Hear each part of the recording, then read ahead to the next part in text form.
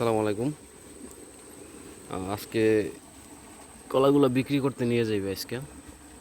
তো আমরা বাসায় এক ছড়া রাখছি, আসলে বেশি রাখলে তো পাইকা যায়। আমার বাসায় কলা থাকে, সব সময় সবজি কলা থাকে। এই যে দেখেন, আমি দেখাইতেছি, দেখেন গাছে পাইকা একবারে সবজি কলা।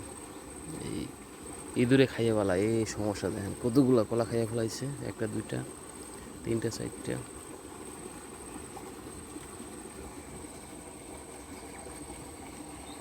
আমি আগেও দেখাইছিলাম যে প্রতিটা গাছে কী পরিমাণ কলা হয়েছে। তো এই যে এই ছড়াটা আছে, এটার কলাগুলো কিন্তু অনেক সুন্দর। প্রত্যেকটা ছড়াই কিন্তু কলা পাকা ধরছে। ওই দেখেন একটা পাকা ধরছে, মাশাল্লাহ অনেক। এখানে প্রায় আপনার 3 4 5 কিলোর মতো কলা হইবে।